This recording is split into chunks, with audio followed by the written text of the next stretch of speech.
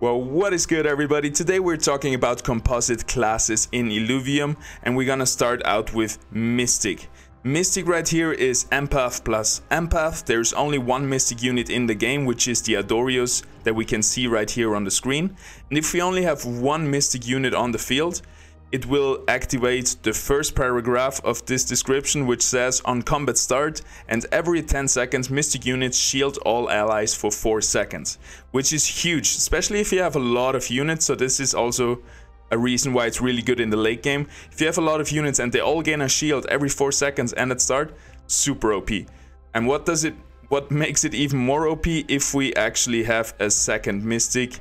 And a second Mystic, the only way we can get it is if we get a staff on our Ranger and then bond our Ranger with our Adorius. Now we have 2 Mystic units on the battlefield, and now the second paragraph is activated, which says shielded allies gain attack speed.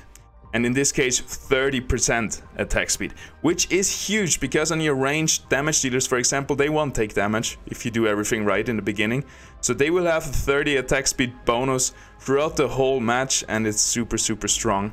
And that's why Mystic is so good in the late game. So next up we're gonna have a look at Behemoth right here. One of my favorite units to play in the game, Seer. And Behemoth says, so if you only have one or more, the first paragraph gets activated, which says every 6th attack, Behemoth units deal increased physical damage, gain physical and energy resist, and stun the target for 1.5 seconds. Which is really strong against units that have a lot of cast time. For example, versus Adorius, he will never cast because it's very likely that Seer will actually have his empowered attack, which stuns Adorius and actually hinders him from casting his heal. So Seer is super strong, and this is a very strong composite class.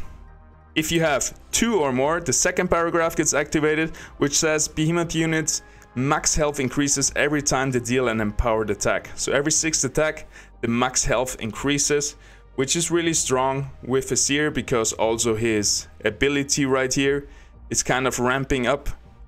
So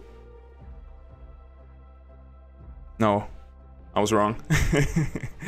While Seer is spinning, he takes 40% less damage, but it's not ramping up in here.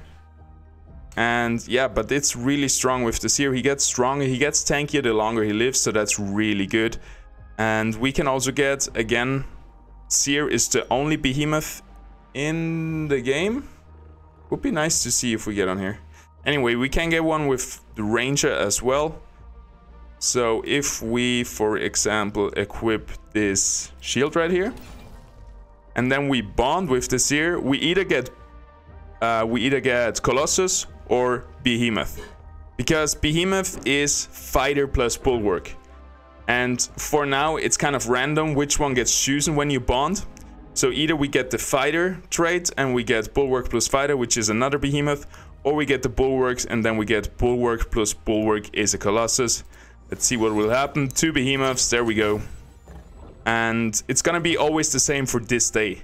So today, always when you bind with a Seer, you will always gain the fighter trait from him on your Ranger.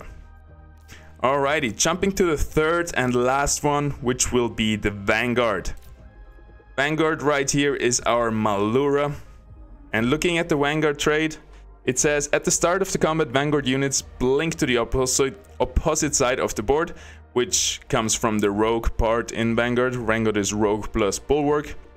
So every rogue and every composite which has a rogue in it will always blink to the backline. Their first attack stuns for 1 second. Vanguard units gain crit chance and upon dealing a critical strike, gain physical and energy resistance.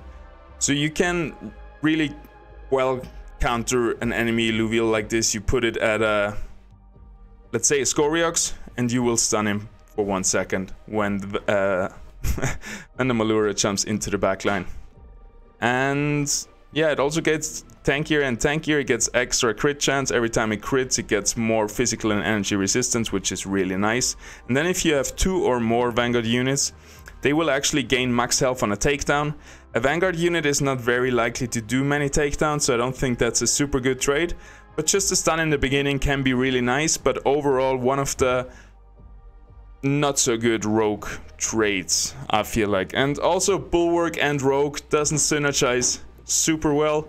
Like a rogue will never be attacked first, and you wanna kinda, your bulwarks, they wanna be attacked. So it's kind of a conflict in the two classes, but Malura itself, it's a really strong unit. It has a niche use, so it can really well tank for other rogues if you position it right, if you position Malura on the outside and your other rogues on the inside. But then again, it also dives away with his Omega, becoming untargetable. So Malura is very controversial. It's supposed to be a tank, it's supposed to be a rogue. It's nothing of both, but still kind of good. I don't know, let me know what you think about Malura. I love this guy, but it's really hard to find a really good use for it. And that is it. This is our 3 composite classes for today. I want to go through all of them in the next few days. In the next few weeks, we're also going to go through all the composite affinities. And yeah, I hope you enjoyed the video. And hit the subscribe button if you did. And I'm out. It was a bit of a scuffed video. I'm a bit tired, but we did it. We brought the information from me to you. That's all that matters. Have a wonderful day. Peace out. Bye bye.